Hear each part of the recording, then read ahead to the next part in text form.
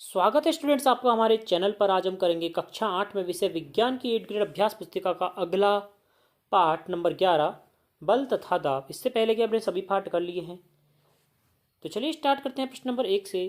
काटने तथा सुराग करने वाले औजारों के किनारे सदैव तीक्ष्ण क्यों होते हैं?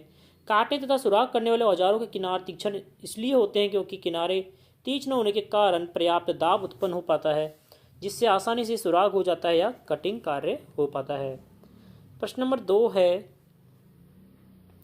किसी पृष्ठ पर लगाने वाले दाब की परिभाषित कीजिए और सूत्र भी लिखिए। किसी पृष्ठ के एकांक क्षेत्रफल पर लगने वाले बल को दाब कहते हैं। दाब का फॉर्मूला होता है दाब बराबर बल बटे क्षेत्रफल।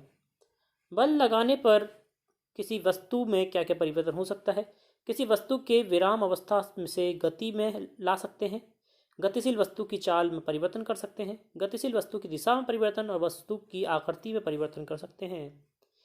प्रश्न नंबर 4 है, जब किसी गुब्बारे को फुलाते हैं तो गुब्बारे के मुंह को क्यों बंद करना पड़ता है? क्योंकि जब गुब्बारा फूलता है तो गुब्बारे के अंदर वायु प्रत्येक दिशा में दाब डालती है। यदि गुब्बारे का मुंह बंद नहीं किया गया तो वायु बाहर निकलेगी और गुब्बारा फूल नहीं पाएगा।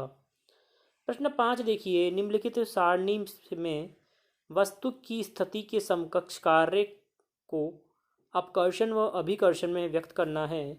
मेज पर रखी पुस्तक को गतिशील बनाना क्या हो जाएगा? धक्का देना, खींचना, उठाना, फेंकना।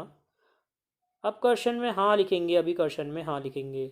दरवाजे को खोलना या बंद करना, धक्का खींचना, हाँ लिखेंगे दोनों में। कुएं से बाल्टी खींचना, खींचना हो जाएगा नहीं और हाँ। फुटबॉल के खिलाड़ी का पेनल्टी टिक लेना, पेनल्टी टिक लेना, इसमें क्या आएगा? प्रहार करना आएगा बच्चों, प्रहार करना, जो प्रहार करना है वह आएगा।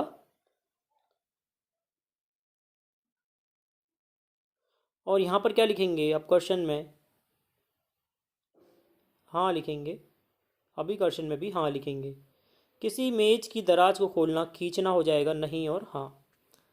अगला देखिए, द्रव बर्तन की दीवारों पर असमान गहराई पर समान दाब डालता है, क्रियाकलाप द्वारा बताइए। प्लास्टिक की एक खाली बोतल लेकर पैंदे के पास चारों तरफ दिशाओं में समान आकार के 4 सुराख लगाएंगे या करेंगे। यह सुराख पैंदे से समान ऊंचाई पर होने चाहिए। अब बोतल के पानी को भरेंगे। हम देखते हैं कि चारों सुराखों से पानी निकलने वाला पानी बोतल से बराबर दूरी पर गिरता है। इससे हमें क्या सिद्ध होता है कि द्रव बर्तन की दीवारों पर समान गहराई पर समान दाब डालता है।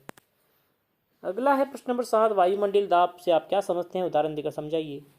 वायुमंडलीय दाब, वायुमंडल में फैली वायु द्वारा लगाए गए दाब को वायुमंडलीय दाब कहते हैं। जैसे कि उदाहरण हो जाएगा, जर्मनी के एक वैज्ञानिक ने 51 सेंटीमीटर व्यास की 2 धातु के खोखले अर्धगोले लिए।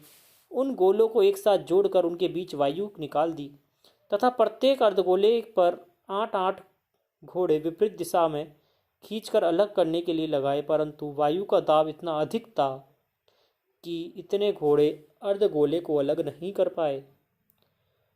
प्रश्न नंबर 8 है, कूली भारी बोझ उठाते समय अपने सिर को कपड़े को गोल लपेट कर क्यों रखता है?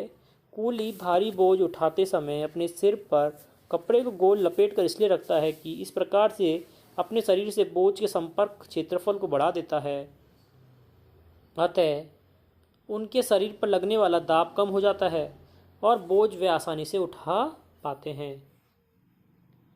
प्रश्न नंबर 9 देखिए, असंपर्क बल किसे कहते हैं? स्थिर विद्युत बल और गुरुत्वाकर्षण बल। उदाहरण देकर समझाइए। देखिए, अपसंपर्क बल वस्तुओं के संपर्क में न होने पर भी एक वस्तु को का दूसरी वस्तु पर लगने वाला आकर्षण व प्रतिकर्षण बल असंपर्क बल कहलाता है।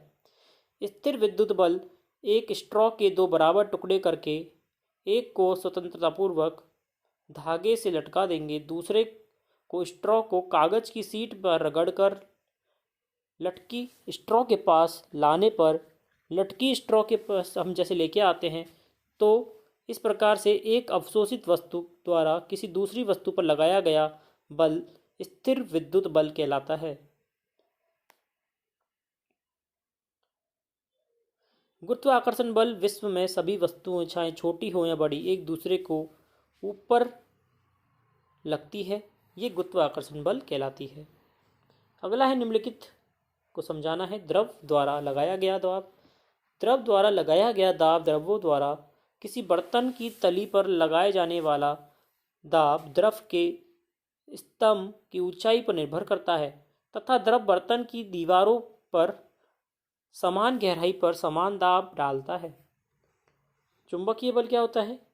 दो चुंबक के समान ध्रुवों के पास लाने पर एक दूसरे को प्रतिकर्षित करते हैं तथा असमान ध्रुवों को पास लाने पर एक दूसरे को आकर्षित करते हैं। चुंबकों के इस गुण को कहते हैं चुंबकीय बल। अगला है पेशीय बल।